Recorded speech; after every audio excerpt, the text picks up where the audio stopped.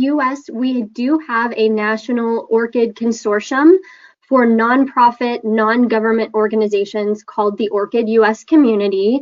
And I am the ORCID US Community Specialist, so I'm representing this group. Lyrasis is the administrative home for the ORCID US community, and for those who might not be familiar, Lyrasis is a US-based membership organization that provides services primarily for libraries, archives, and museums, and also kind of extending more into the broader research and scholarly communication landscape. So on the next slide, you'll see that we formed this consortium in 2018 as a partnership with the Big Ten Academic Alliance, the Northeast Research Libraries, and the Greater Western Library Alliance.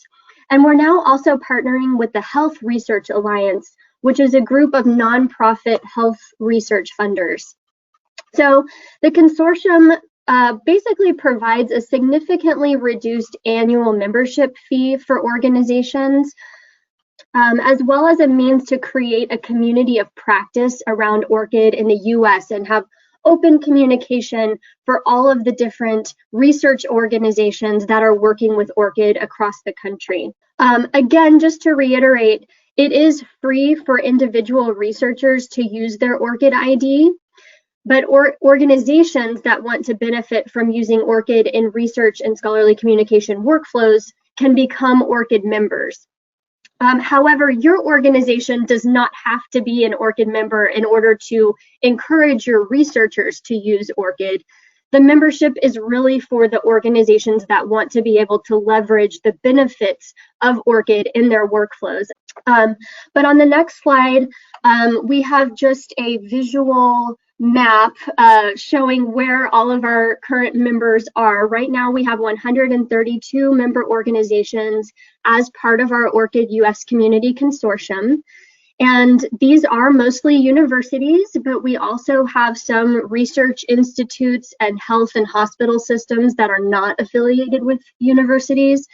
And we also have some nonprofit health research funders as well.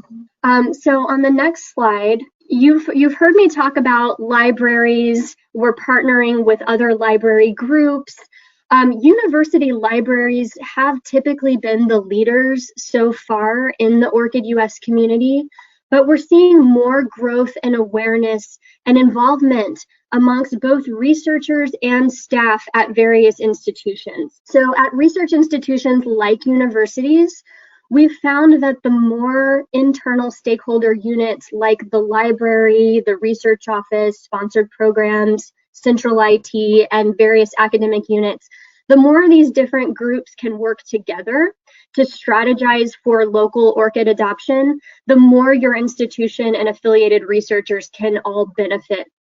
And if you're coming from a different type of institution, not a university, you might still think about what other departments or units at your organization might be interested in conversations about ORCID.